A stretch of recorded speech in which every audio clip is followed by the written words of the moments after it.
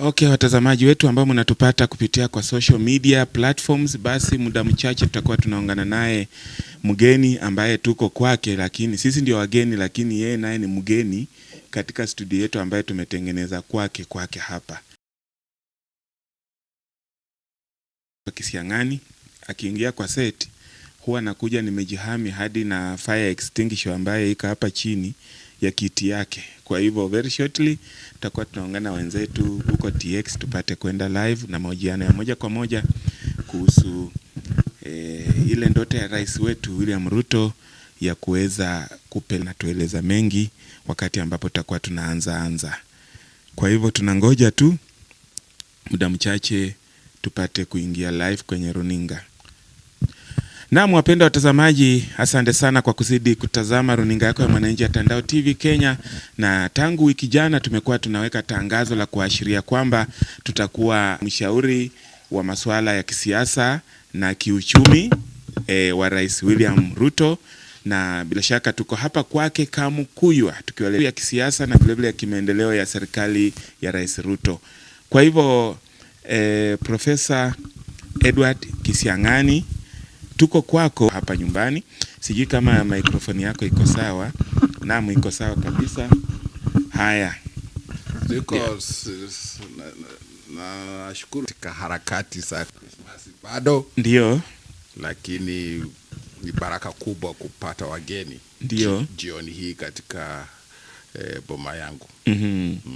Asante sana wasi wa Kisiang'Ani, na vile niwaeleza mapema, yeye ni mshauri mkuu wa masuala ya kiuchumi na kisiasa vile vile wa Rais William Ruto, na bila shaka hapo awali alikuwa anatueleza mengi kuhusu ajenda yake Rais William Ruto, ambaye vile vile anafuatilia mahojiano haya, na tusema asante sana Rais kwa kuweza kutupatia idhini ya kufika hapa, manake lazima utupatie telling people about the Singapore dream. Is President Ruto dreaming or telling us a reality? That is the topic of today. Can we start off? Maybe you tell us, why did the president come up with such a grand idea? Thank you, Robert. I think, and welcome. Thank you. Yeah. I think the main thing we have to think about politics. Those of us who have been privileged to work with him, we know that he looks at the bigger picture. He looks beyond hatujaweza kutumia vizuri.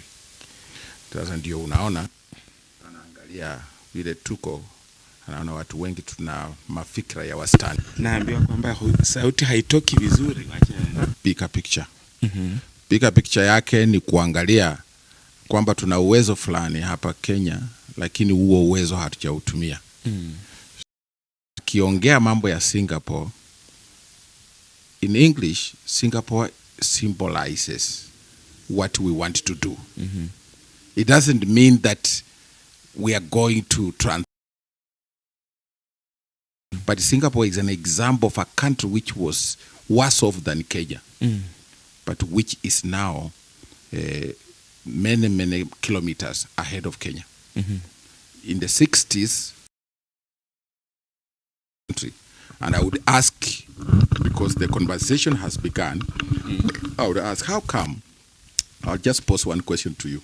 How come Singapore had only, it's now 6 million people, sandwiched between Malaysia and Indonesia? You know that. Now, how come that this country in the 1960s had probably, could hardly register 1,000 against Kenya's 2 million? Tumekuwa tukilala wapi? So a lot of people who are criticized the president will say, we are okay. How can you be okay? Country that was 100,000 visitors per year, but now the same country is 20 million, and you know that means money, wealth coming to a country. Then you say, you know what, we are okay. This hard, we would be probably 20 or even 30. So it's not a dream, it's a reality. So the other example, and that's why I'm saying it symbolizes, you ask your question, what is the per capita for Singapore? You will see that in the 60s, Singapore was just almost as poor as we are. Today, you look at the average thousand US dollars against Kenya's only probably 2.5. I mean 2,500 US dollars. That against Kenya's 136. The economy of Singapore, as tiny as it is, Robert, is just about 4 times bigger than Kenya. These are the questions you keep asking. I'll fix this very little. Today it's about 40, which is commendable if you are thinking average. Yes. And the President Ruto doesn't want us to think average. But Singapore's port is 600 million. It's making money. If we're handling only about 35 to 40, we are making less money. That's explanation. So these are questions. Because you started by asking me, is this a reality or a dream? President Ruto is practical. He thinks about things that can happen. And so he is thinking about us advancing the same way. We have lost time. If you look at the president's speech, he looks impatient. If you look at his face, he looks impatient because he thinks we have lost time. Because the countries which were not doing very well overtaken us and left us behind. And probably we are lucky because we have him. He has vision. He looks at about national issues and he has vision. If you are unlucky to have a bad president, some of this vision, we have capacity, we have the population, the greatest human resource that Kenya has, the greatest resource that Kenya has today is the human resource base. How is good? President Ruto is telling us average is bad. Okay. Yes. Before we continue, naambiwa na watu wa technical huko kwamba kuna kitu ya kuaddress kidogo tu tukitangaza hii interview, alafu nitakuwa nafanya kitu hapo kidogo. Kuna wakubwa hapo nje, kuna kitu tunaweza endelea. Watazamaji ambao mnatupata, tengeneza maneno sasa, mnatupata vizuri sana na tunasema asante sana kwa mafundi wetu wa mitambo, bila shaka kurekebisha hiyo. Naam watazamaji, basi tunazidi kuendelea na mahojiano haya na asante sana kwa kuweza wale ambao mli notice haraka, and thank you very much my boss. Sitakutaja jina kwa sasa kwa kuweza anzia hapo. Mimi nafikiri uliniuliza swali kwamba hii ni ndoto tu ya Rais Ruto kwamba tunataka kuwa Singapore ama the people who are born around the 60s, even the 50s are still alive. Yeah. But because they took ambitious plans to change Singapore capacity to change Kenya. That is what he has been capacity to change Kenya. That is what he has been telling us. And so how can we change Kenya? He has given us this symbolism of Singapore, and what is it that was it just as small as tiny, almost the same level as Kenya's. Today, Kenya, with a population of about 56 million people, is just 136, which means the Kenyan economy is, Robert, 4 million shillings, US dollars, which is the wealth of a person in a year, in an annual. So, what is this gap? It shows that Singapore has rich people, Kenya has poor people. Now, the leadership of this country is saying, let's change. We can get millionaires in this else. In terms of electricity, you know very well that Kenya, in the 60s, we were only doing about 300 megawatts. 300 to 400. Singapore was within that range also. 14,000 megawatts. To be an industrial country, you cannot operate with 2,000, 3,000 megawatts. You 10,000 megawatts. When President Ruto says we need to raise funds to invest in energy, to increase production of electricity, they say we are okay. Robert, the way we are. Why is he disturbing us? These are some of the things that really worry me because we think average. So I've just given those examples to demonstrate that even because Singapore does not have enough land to do agriculture, we have an added advantage. Look, we were about 35 agriculture to our national GDP and national wealth in the 60s. Today we are only 22, about 22%. Why is it that Robert, we have lost even in the areas where we... So these figures are not figures that are cooked. The president understands where he was born here, he understands where we're coming from, and he thinks that we have capacity to change. Hii ingia kupitia kwa teknolojia, lakini hatuna stima ya kutosha. Rais anasema tuongeze stima, tuwe na megawatt karibu 14,000. Watu wanasema hata hii. I think the president looks around and looks at the capacity, the people who have knowledge and skills. He thinks that if we can invest in this thinking, we can even overtake Singapore. As in the 60s, and it has gone very far. He could also have chosen Korea. You know very well, these countries they call the Asian tigers in the 1960s had capacity. They were so poor.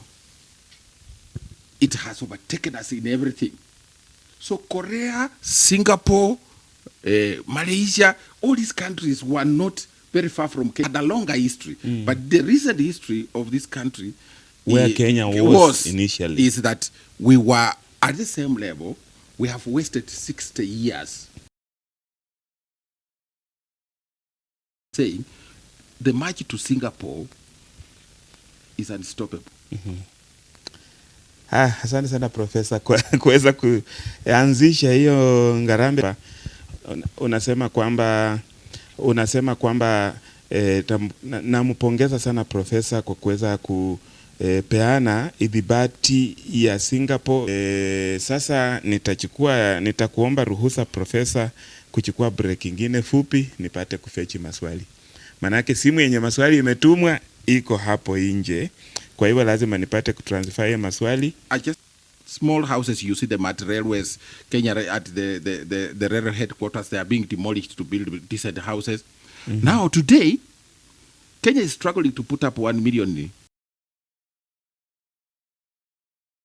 A population of 56 million. Singapore is 100% good housing for the population. For the last 6 years, it moved from political power for the sake of promoting poverty. You know, one of the problems that we have in this country, Robert, many people glorify poverty. Some of the people who have worked in politics with the president that can give solutions. So when he empowers people, they say he's empowering people, and these people, we have no chance to cheat them. We have no chance to mislead them. All they want is control. Give me votes, control, but I cannot empower you because empowerment makes you smarter. So that's the difference between President Ruto and his colleagues in the political arena. As an instrument of control, Ruto wants to empower people as an instrument of what? Development. Asante sana Profesa, na bila shaka Talamu anaongeza kwamba I have some structural questions. William Ruto kuweka Kenya katika ile awamu ambayo Singapore, taifa la Singapore liko, na bila shaka mtakuwa mnaweza kutuma Profesa maswali ambayo yametumwa na yule ambaye anasimamia masuala ya habari upande wa Rais William Ruto ambaye ni ndugu Emmanuel Talamu. Tunarejea baada ya muda usio mrefu, lakini kwa sasa tupate mapumziko kidogo tu ili Profesa apate kunywa maji. Manake tunaendelea hapa na Profesa Edward Waswa Kisiang'ani, na vile ambayo mnafahamu ni kwamba yeye ni mshauri mkuu wa masuala ya kiuchumi wa Rais William Ruto. He's the senior advisor economic affairs na hata siasa. Huyu jamaa na imanya kweli kweli. Ndiposa topic ambayo anaongelea leo ishapata kuungwa mkono na wale ambao wakubwa pale wanasema kwamba ameimudu vizuri sana na anaelezea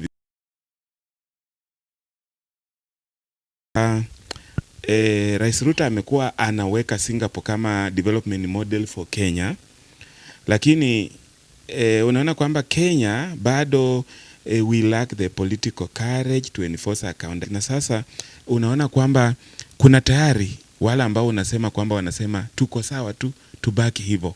Mbona tuko katika hiyo hali? Kuna wale wanaona kuna shida ipate kuwa address, lakini kuna hii nchi yetu imekuwa na shida nyingi sana. I have told you, time has come for us to tell Kenyan people that any leader who comes to, there are people who think, I speak from where I left, that the purpose of leadership is to control populations, not to help people to be self-reliant and to live a decent life. So there has to be a mindset addressing people from Western Kenya, my home area, watu wa mkoa wa Magharibi. Don't accept leaders who think poverty is a virtue. We go to elections. I think the population of Kenya should change their thinking. And it's through where we are talking. People in media, the reason why people come to serve is to provide a platform in politics for people to improve their quality of life. That is why it has been a bit difficult to introduce new things.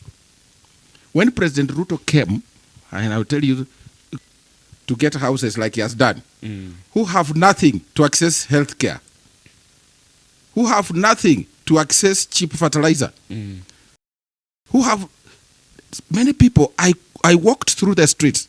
I am in these villages, even in Western Kenya. The rich people were asking, kwa nini Ruto anawapatia watu nyumba na sisi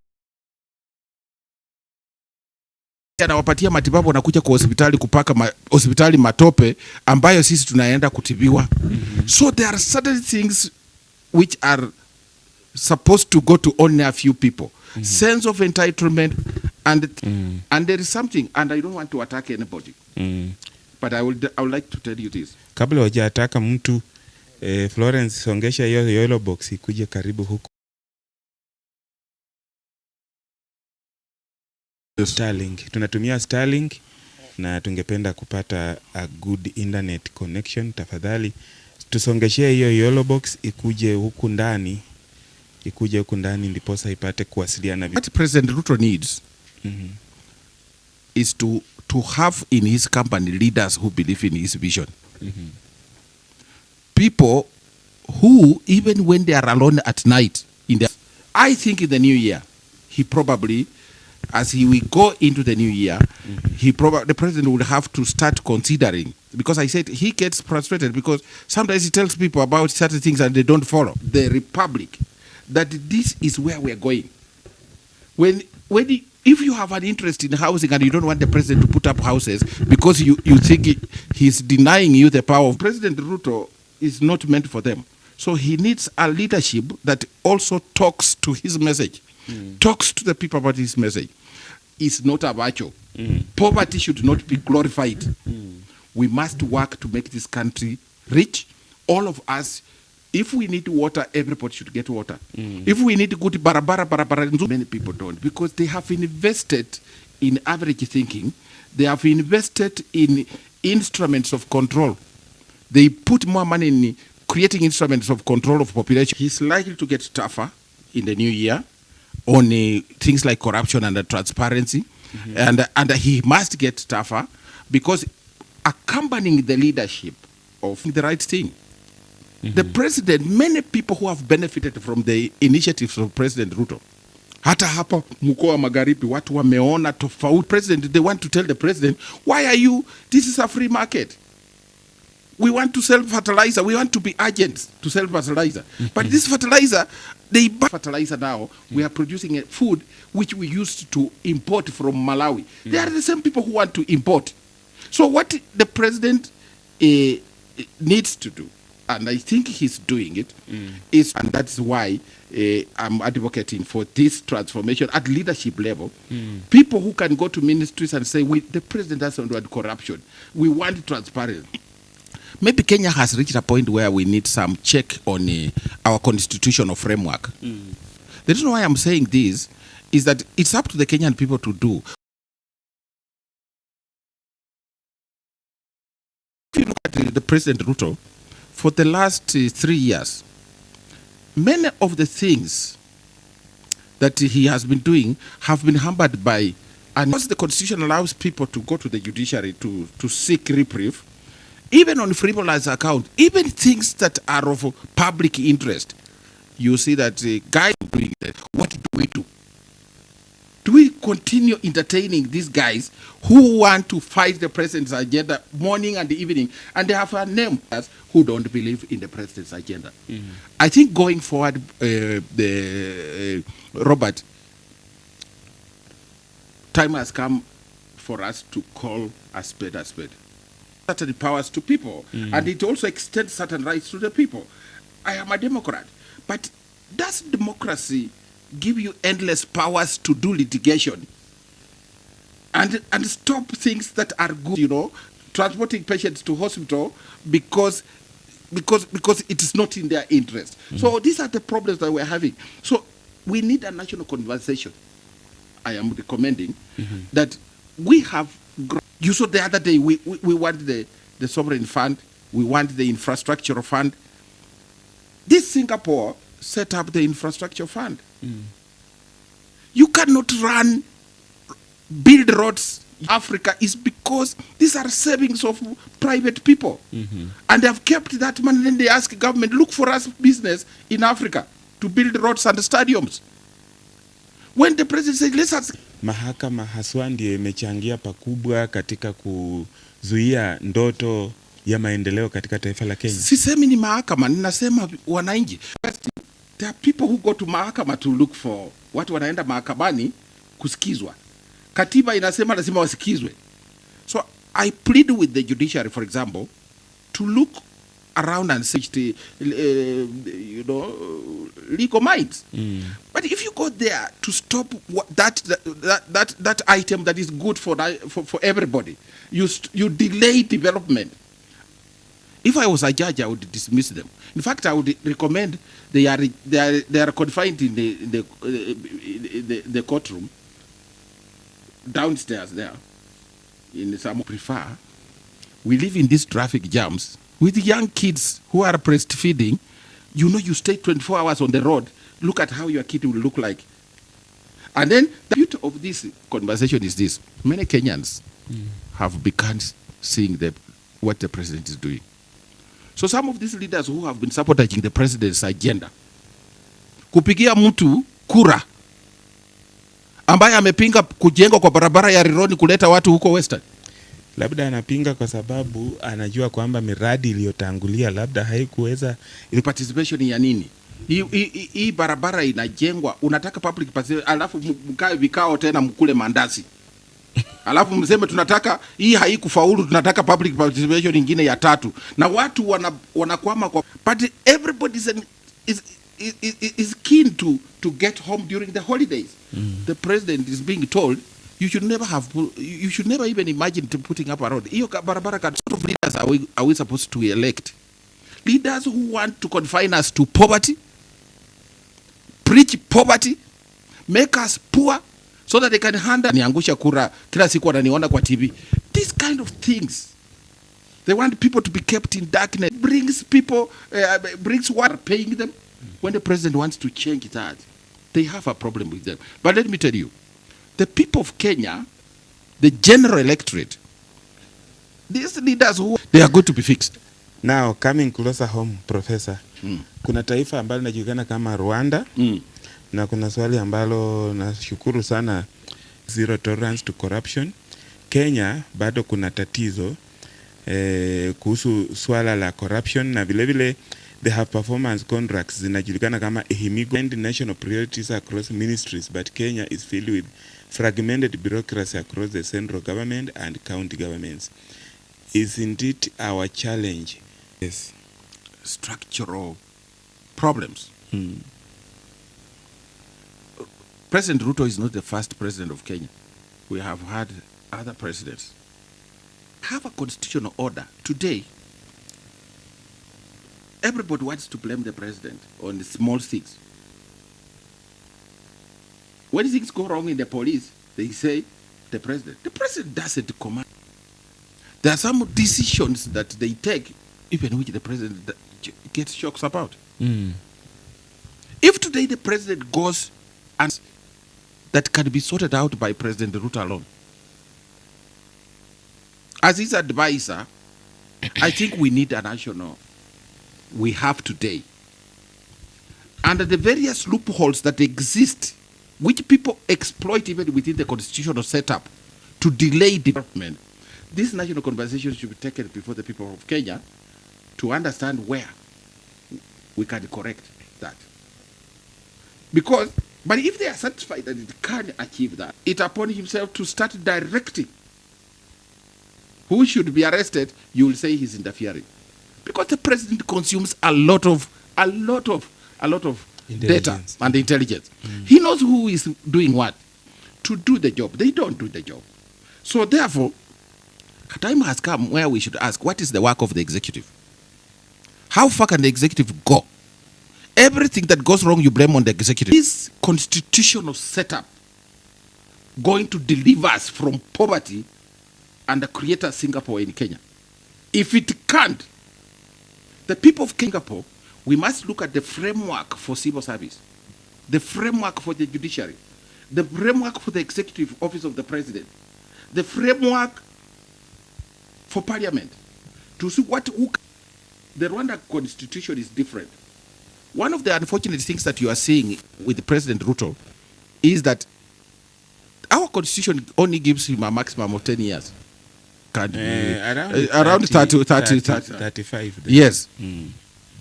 Now, that's why the president is saying, in our lifetime, because he hopes that even after he leaves his doing, where will our country go? These are the fears. So we need a national conversation. I'm suggesting we get into a serious national conversation. And even President Ruto talking to young kids, putting things in a wheelbarrow to escort people he has built houses for, can do that. For them, that is a demeaning. Hiyo ni kazi ya chini. So, a national conversation will also help us to put in tell you lies, steal money. Then during the day when the president is visiting some places, they tell him, sisi tunakuunga mkono. But they talk against the president's agenda. How watu wanahitaji president's court. What is critical is we have a duty to promote his agenda and make sure that he improves the quality of life of our people. So, talking about Singapore, and he has not finished with the bottom up. You know, poverty of common sense. Robert, has lesser constitutional constraints to move the country to the next level. Kenya is struggling because it has more constitutional constraints. The president has limits, and that's why I'm very guided interview, na bila shaka tutachukua mapumziko tena machache. Tukirejea tutakuwa tunaingia sehemu ya mwisho, profesa apate kukamilisha yake. Ni mwaka mmoja tu umebaki, na yeye akiwa mshauri wa rais, bila shaka hata kosa kumwombea kura kutokana na kazi ambayo bosi wake anazidi kufanya. Kwa hivyo tukirejea tutakuwa tunaingia sasa ulingo ngani kutoka hapa makao make ya makuu, the headquarters yake ya Kamkuywa. Tunarejea baada ya muda usio mrefu, mtazamaji. Naam, watazamaji, basi tumepata kurejea tena, na nashukuru sana nyinyi watazamaji, manake nyinyi ndio bosses vizuri kidogo. Tumefanya marekebisho tena na sasa walai tuko sawa kabisa. Nashukuru kwa sababu tuko vizuri zaidi, sawa kabisa. Na bila shaka profesa, tunasema tunazidi kukushukuru kwa kuweza kutukaribisha hapa. Na sehemu ya kwanza na ya pili umeweza kujibu maswali vizuri sana. Nilipata kuiga ule mfano wa Singapore, discipline na vile vile financial independence ya wananchi ambao umeongelea hapo mbeleni. Katika taifa la Kenya tumechukua swala ambayo ameitisha, wanasema kwamba hapana, huu ni ubadhirifu mwingine. This is another scandal. Unaona, tukimalizia swala zima la Singapore ya kiuchumi, yanategemea mabadiliko ya kisiasa pia. Kwa hivyo binaoana, mpatie rais nguvu ya kutosha ya kuweza kutekeleza mambo yake. Kuna wale wanaitisha mabadiliko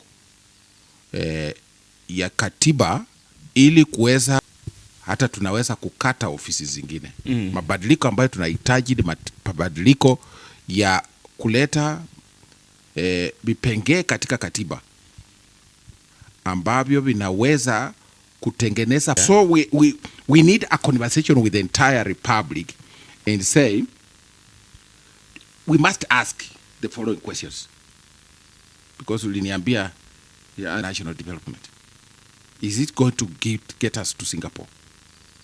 Is the power we have given the executive enough to allow the executive to direct that in the constitution which can promote good governance? So if Kenyans are satisfied that this constitution holds us back, is we think average. But I also think to my boss, I would add that what also holds us up is a bad people who are criticizing him. But the constitutional limitations, the legal limitations in their warped thinking. Some people think that if they delay President Ruto, then it will reach 2027, they take power, they take Kenya back to where it was in 2022. Change Kenya into a first world country. Or do we have it in the constitution? If we don't have it, what else can we do? This is the big question.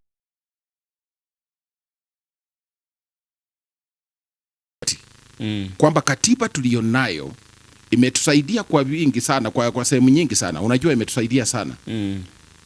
Lakini upungufu gani kuweza kutekeleza lengo letu la kuboresha maisha ya wananchi? Kwa sababu ambayo inanifanya niseme hivyo, Robert, ni kwamba dola kama Kenya ni dola changa. Is that for our own good? Ana sababu, anakuambia vitu ambavyo hata havina, yani tuache barabara. Ukitaka kurekebisha watu wameiba pesa za NHIF.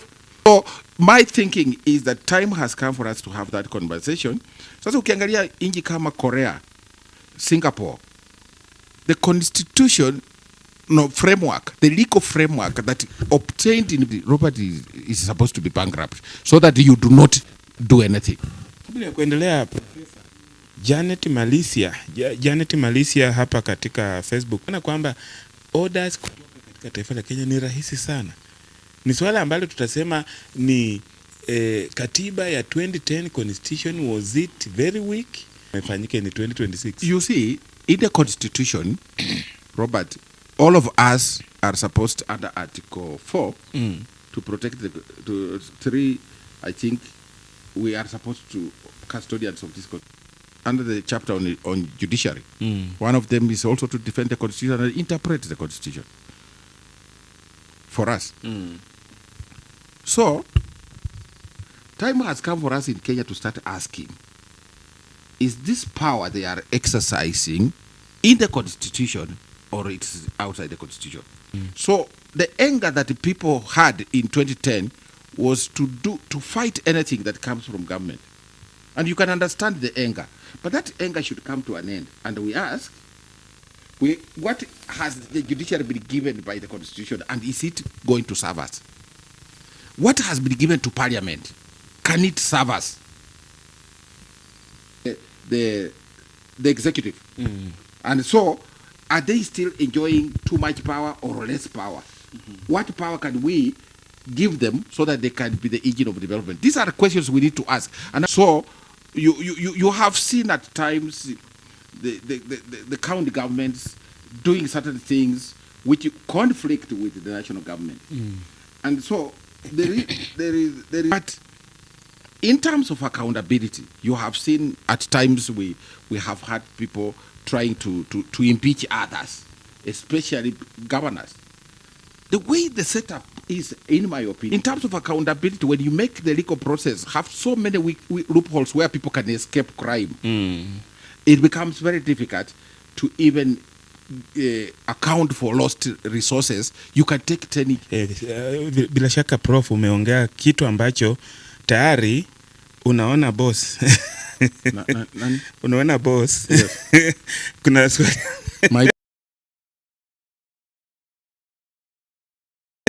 kuhusu swala ambalo umekuwa naongelea tu pale pale.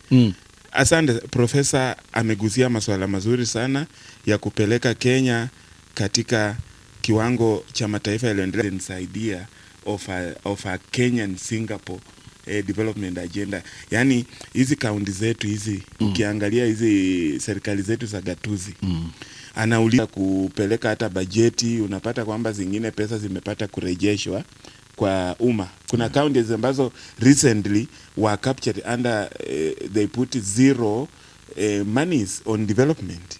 Na ni county support devolution, and my boss President Ruto also supports devolution. But I think the structure of that devolution has to be revisited. The way we must ask this fundamental question: what factors should inform devolution? Is it the population? Is it capacity to make what when they come in to become governors? Do they declare a strategy to raise their own money?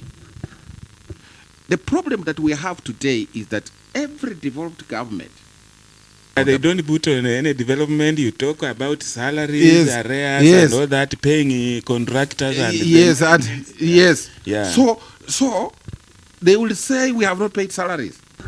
When you see them quiet, they have received the money. But when the central government now asks you how much money, the control of budget asks, so how much money have you spent and what did you spend on? The national government needs to be revisited so that we understand what role can we play. You can't take money from the national government to develop the units and you don't have a say on how that money is being spent. They have very good academic qualifications. And some of them are experts in financial management. You get the point? We need credits. You'll talk about the balance of payments. This language, everybody understands. Why do you think that issue about qualifications was relaxed? Who really crafted this didn't want accountability. The president is being oversighted by the National Assembly. The National Assembly has very many distinguished people. It has professed the national, the State of the Nation address. Yes. And he's facing people who have PhDs like him. So therefore, the way I've already suggested, that we need to do a conversation about the distribution of power, the relationship with national government and the county government population. But they receive this money, and national government is powerless. Sometimes it can't do much. Then the question is, so does the national government just become a conduit? National conversation I'm talking about, the conversation to get to know a proper relationship. What should the national government do? And then what should the county government? Is there even remove? No, even remove. Yeah. But some of the in counties, many counties now you are discovering some of them have very many natural resources. If you look at what our president did the other day, Masai Mara, he surrendered. The national government surrendered the rights of controlling a whole national park to the county government. That shows how positive the president is. But the question is, do they have oversight?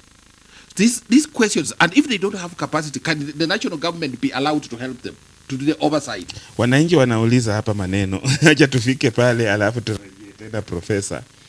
Jacob Shivakale Levy agree with the constitutional amendment. Halafu hiyo ni swali.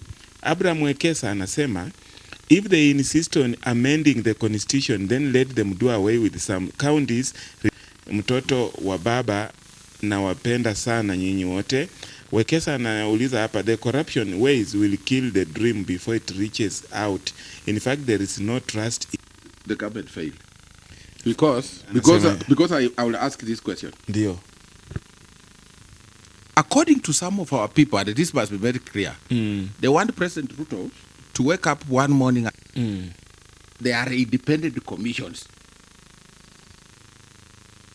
and independent officers. And one of those showed, in fact, the reason why ESCC was created was they thought that the president and his executive cannot fight corruption. So now, if they are the ones who voted for this constitution and gave power to the commission, I ask my brothers there, do you want us to return that power to President Ruto? Because if you return it constitutionally, he will do it very fast. Under the Katiba 2010, are they serving us? You can't blame President Ruto for corruption when you took away the main power of dealing with corruption. That power is with an independent office. The people of Kenya, now that they are asking, first of all, I will tell them, it's good they are talking about this matter. Let them read the constitution. They endorsed a constitution that gave power to fight corruption. Mahali manake Wakenya wanataka kujua hii constitutional amendment yenye inaongelewa iliongelewa na katibu mkuu wa baraza la mawaziri Kilifu Musalia Mudavadi, imeongelewa 2026 kama tutakuwa na referendum. Is that referendum going to take away the constitutional bodies again and return the power to the president? Don't take me wrong. Yes. A national conversation, whether this constitution is serving us well. I'm not talking about a referendum. So, but you see, I'm just saying we need to ask ourselves the constitution to be embraced in the constitution, and therefore we rush for referendum. The process for referendum is a long one, under Article 255 to 56. So I'm not saying we go to a referendum in darkness. What if the talk is so sweet to the level that now Kenyans say, okay, let's have a referendum. So a referendum on what? Serving us well to improve the quality of life for Kenyans. 15 years after. Yes. And we go specifically to areas like under the constitution to promote development. Is the executive doing well? Is the judiciary doing well? Once you assess the entire six. So the things that touch on territory of Kenya, on term of office of the president, for example, on the structure of government, and we are talking about referendum, we should understand whether the issues they are raising can pass as cardinal issues under Article 255 to go into a referendum. And you must understand that we talked about Malaysia. We are zeroing in on Singapore. We are saying that the country we call Singapore was worse off almost including the president, is the constitutional framework that denies him powers to take certain decisions. So I'm saying, if we say we want to fix it, is what we are fixing under Article 255 a cardinal issue which should go to referendum, or it can be changed through parliament question? And who frames the question? The people of Kenya must frame. So there has to be necessity, and as we discuss the legal provisions of this constitution, that's when we say, is there a necessity for a referendum? And this conversation should begin in the villages.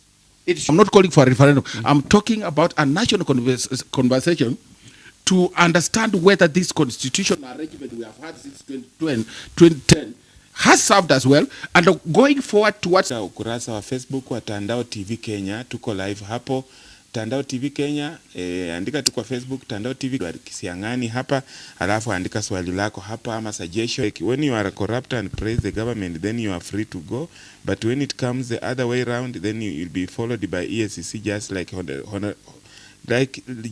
Honorable Baba Yao, the president may not. Another thing, why is it that when the president tours in any part of this country, he has to promise things that he knows very well is not on the budget? Two, why are they to run this government? Maswali kama ine hivi. You see what? I don't know why people have this kind of anger. Article 232. You know, the president, in consultation with the Public Service Commission, can create positions. So there is no illegal, and which is not in the Constitution. He's a minister. He's not a prime minister. Can constitute government where it's a new position called Prime Cabinet, but which is the bigger minister among equals. Then he consults with the president out of this. The president keep him out of this. He does not direct EACC.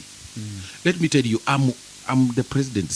If he ever tried to interfere with the EACC, you will hear it in the media. Na hata ninyi watu wa media ndio mtasema. Mtu atawapikia simu. So hata mtu sitafuata mahakama. Yes. Na sio vizuri kusema kwamba labda waheshimiwa fulani wataanza kusifu na ni vitu kama hizo kutaja. Bila shaka mtazamaji, sio vyema ya mahakama, manake unaweza chukuliwa kama unataka ku-influence the decision. And the president does not deal with that. Because once things go to EACC, it's EACC you can't ask the president to go and force a conviction.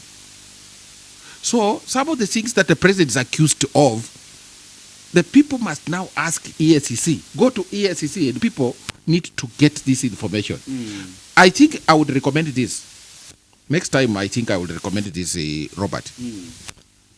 Our comprehensive statement given to the people, because I know they have that information, so that the people don't guess. I think maybe the communication there can improve, where they can pass information that stands the test of what? The court process. That is the kind of thing that I'm thinking about. But the corruption doesn't occur at government level alone. What is their role in this corruption? Do you think corruption is occurring at government level? What about individuals? And I want them, like the Bible says, maybe the first one to throw the stone. Many of this president for doing that, he has made sure that financially these institutions are strong.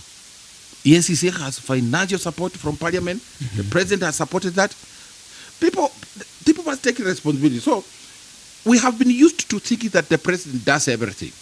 The Constitution 2010 tried to but instead of people now holding to account the institutions they put in place in the 2020 Constitution, they go back to the old thinking that it is the president.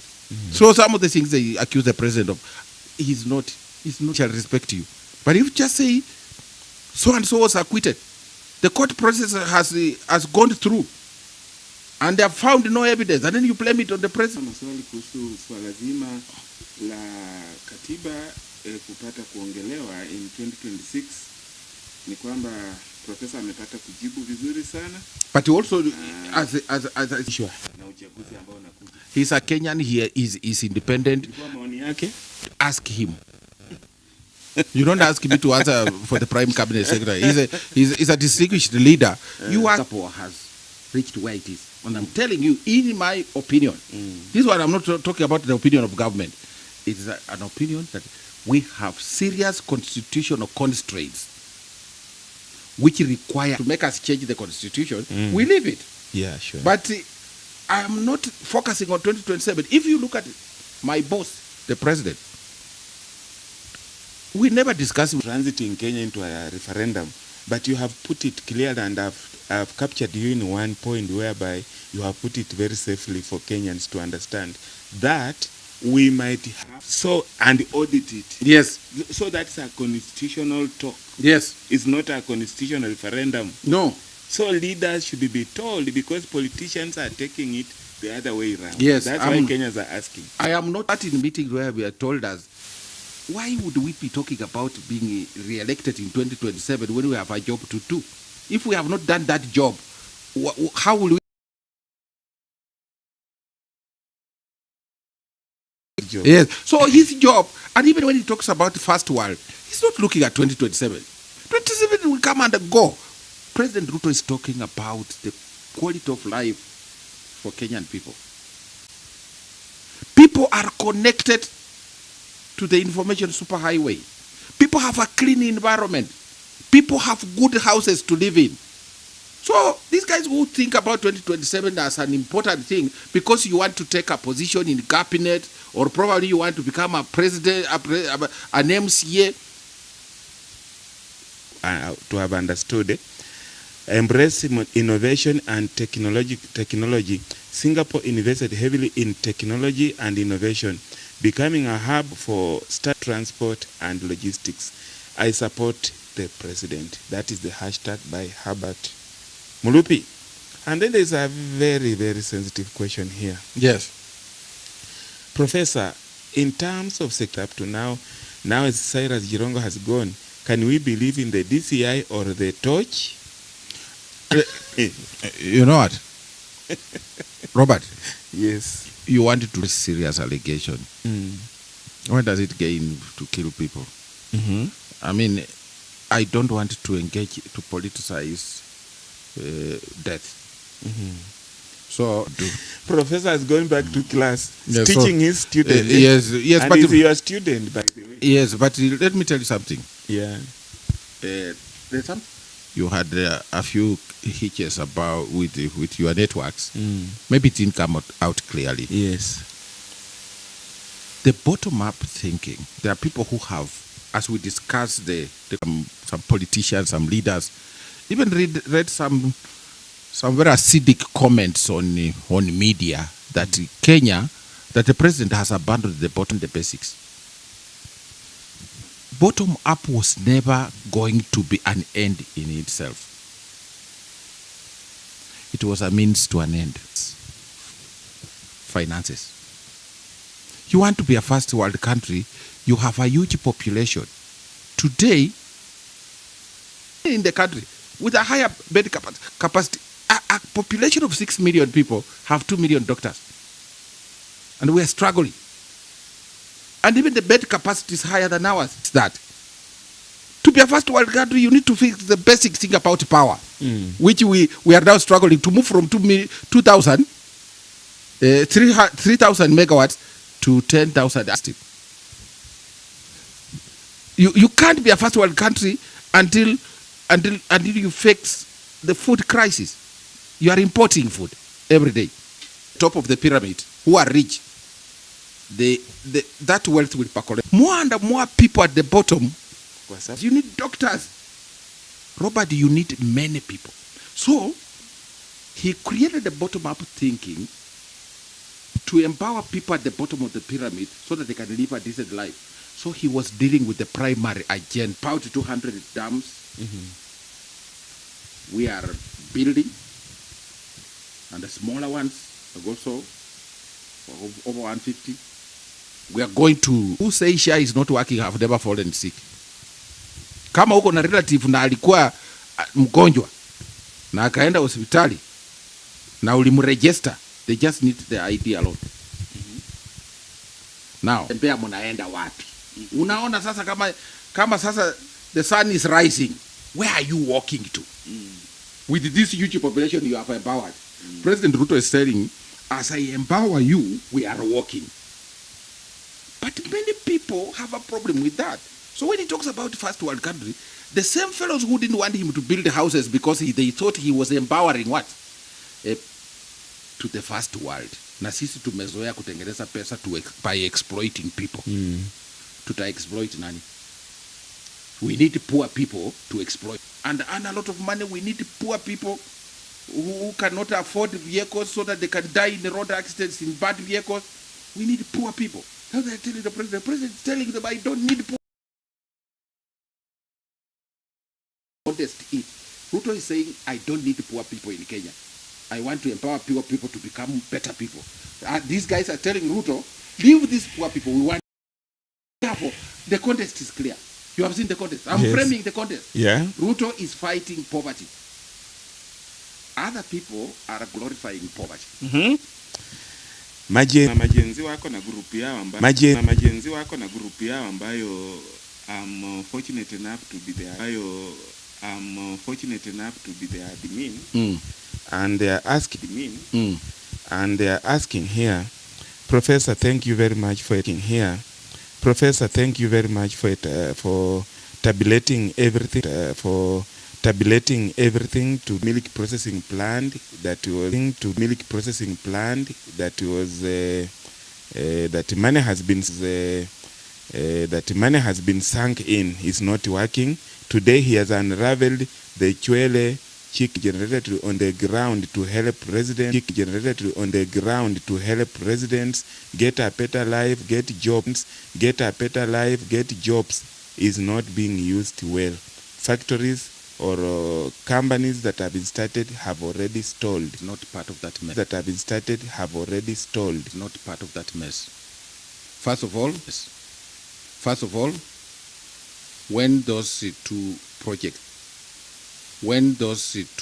projects started here in Bugoma, President Ruto was not President Ruto was not president. Money has been sunk in something which is not working. It's the right of the people to ask. And it's the right of the people to ask.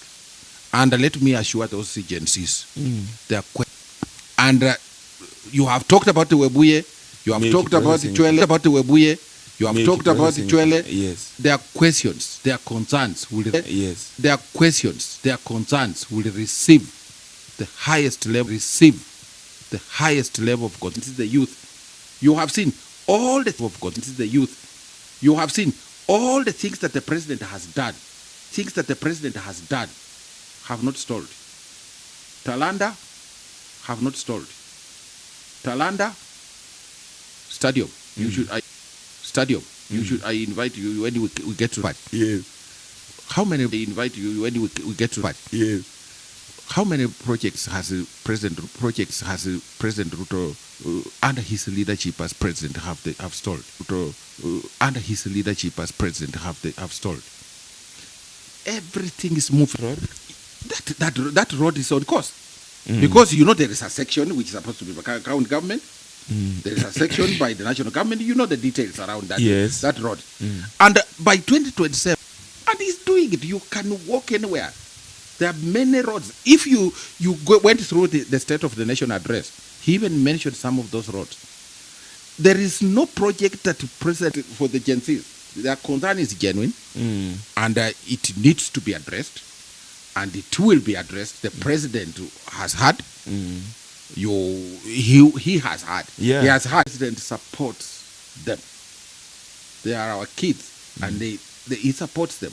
That's why he is investing heavily in small businesses which can go to the youth, but he's also building this infrastructure, stadiums and so on.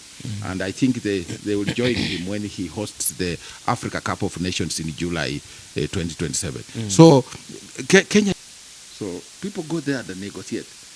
But the president's a hands-on person. He will know if you are stealing government money. So some of the people who turn around and say money has been stolen is that they have not accessed that money, and they suspect that because money has not the money they used to steal, they have not been able to steal it. They think somebody else has stolen, but that money is there. So the people accusing others of stealing money is not true. They are when you hear some of them telling you that this project watu wamepoteza pesa na kuambia kwamba sisi hatujapatiwa nafasi ya kuiba hiyo pesa. So they start using the language of money has been stolen, so that you say, oh, it has been stolen, but it hasn't been stolen because they have not been So those who say he has abandoned, the journey begins with the bottom up, and then it will end with first world. You get the point? Yep. This is the point that many people are missing. I say, Professor, being a senior advisor to the Commander-in-Chief, how can you fight the corruption so that we can stop the dreaming of Singapore? I think you have answered that severally. Yes, I've tried my best. The issue to do with the corruption. I have tried. That engineer, I think I've persuaded him. Yes. Yeah. Because he started off with the very heavy. But now he's I've persuaded him. I think he's the leader of Western. Yeah. I have talked about this thing. Namfikiria ninafanyanga mchezo. The leader of Western is President Ruto. And you know what? The president was not voted for through other people. He came to ask for votes directly. Unless you don't understand the constitution. He didn't come to ask for votes through kingpins. Robert, there is no substitute. So, even those who have questions, you have seen. If there are kingpins, why are these guys asking about the Chwele and the Webuye issues? About the dairy the fiasco stole the and the factories. chicken, the two factories. Why are they asking?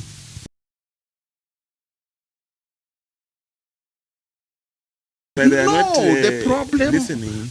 this thing, and I don't blame even anybody. There are people who sit down and imagine they can be equals to Ruto.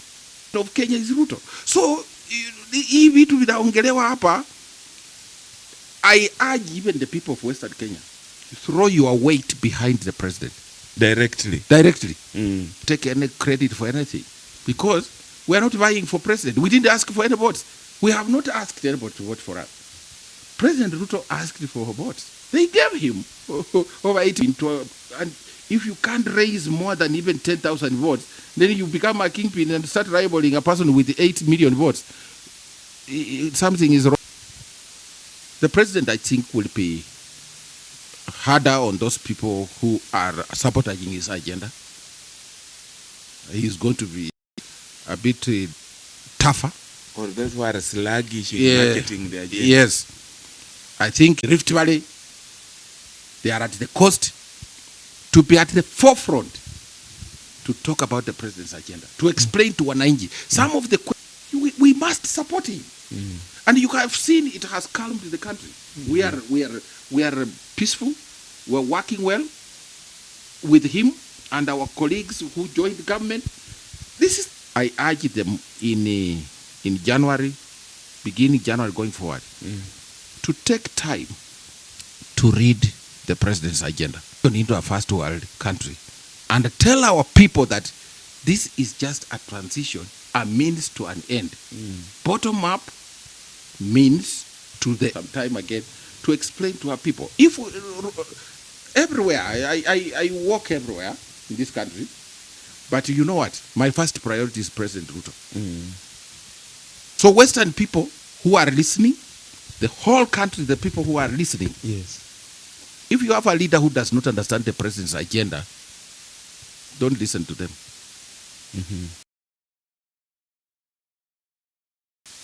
Because they will even mislead you, tell you lies. Listen to people who know the president's agenda. And you can get the bottom-up thinking across. It's online. And I encourage you, is right on course. First, bottom-up. Second, first one. Okay. Thank you. On our Facebook page, Honorable Kabindio Mari connected through this interview, but I think I will give you Matthew Kabindio's number. Yeah, you have. I have it. He comes from Mount Elgon. Yes. Yeah, he's Any leader who divides people is not fit for Ruto's vehicle. If you want to board it, unite people, but also understand this. Yeah, ni hapa nyumbani eneo la magharibi tukimaliza. Unaona kwamba serikali zetu za gatuzi katika eneo la magharibi labda utendakazi wao kwa kiasi unampunguzia hizi kaunti zetu za eneo la magharibi, Nyanza na North Rift ambazo ni zaidi ya kaunti 24. Unaona kwamba matatizo ya wananchi wakilia kuhusu utendakazi yanaadhiri vipi?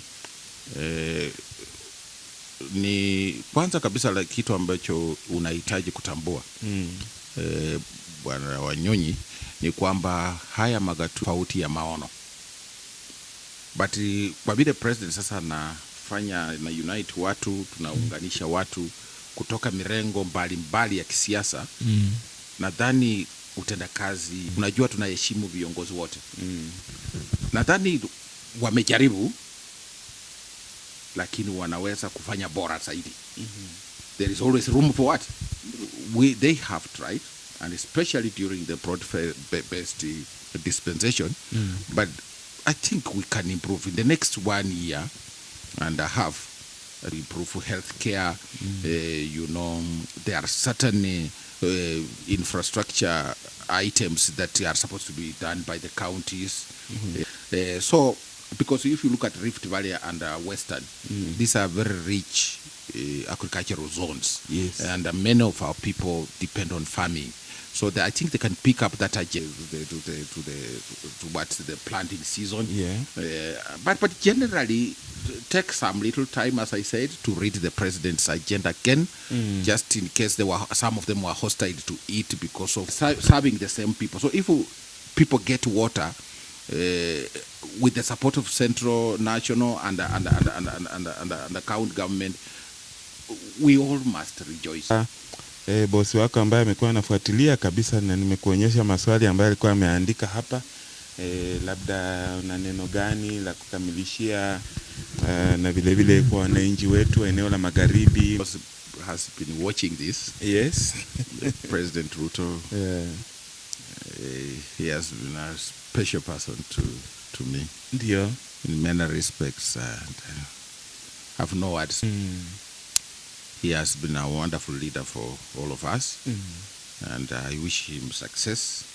We shall keep supporting him where we are, and as he steers this difficult ship we call Kenya towards a first world democracy. I think he has changed Kenya. A prayer for him so that he succeeds to unite our country and to transform our country. For the workers who have been privileged to work with him, all of us, we should double our efforts to make sure that the president's agenda succeeds. I don't know how many times I've mentioned the happened in this region will never have happened, for the last 60 years. So you have a lot of reasons in your doctor rais, kuunga mkono rais, kumwombea. Let people not divide you. Let people not bring rumors to you. The president loves this region. That's why I love you. And so we should reciprocate by supporting him. And for the entire republic, this is the best president we have so far had. Some of us did promoting the bottom-up agenda and transforming Kenya into a first world country. So as we go to the new year, I send my new year greetings to the president of the Blessings. Blessings, blessings, blessings. Yeah, asante sana Profesa kwa kuweza tutakia sisi wote mwaka unapeana mahojiano ya mwisho ya mwaka, kufunga mwaka na kufungua mwaka, na vile vile kutakia Wakenya heri njema. Tunasema asante. Wamesema kwamba Profesa amewafunza neno moja ama mawili kutokana na ile idea ya Rais William Ruto ya kuweka Kenya kimaendeleo kwa kiwango. Singapore walivyokuwa pamoja hapo wanateseka kwa pamoja, lakini kuna mambo 3, 4, 5 hivi ambayo Singapore iliweza kufanya, ikatekeleza, yakafuatwa, na ndiposa Tandao TV Kenya na vile vile YouTube Tandao TV Kenya, Facebook Tandao TV Kenya. Halafu katika ukurasa wake Profesa Edward Waso Kisiang'Ani wa Facebook, ukiingia pale utaona atakuyafanyia kazi. Kwa majenzi ambao muuliza maswali, bila shaka Profesa ameyajibu na amewahakikishia kwamba Rais kufuatilia swala hilo na kuifanyia kazi, na bila shaka mtaona nje kazi nzuri sana ya ukulima ambaye amefuata ya bottom up. Kwa niaba ya crew yangu nzima, piga picha pale Felix Wanjala, piga picha pale Florence Simiyu. Mwaka mpya upate kuwa mwaka mzuri wenye furaha.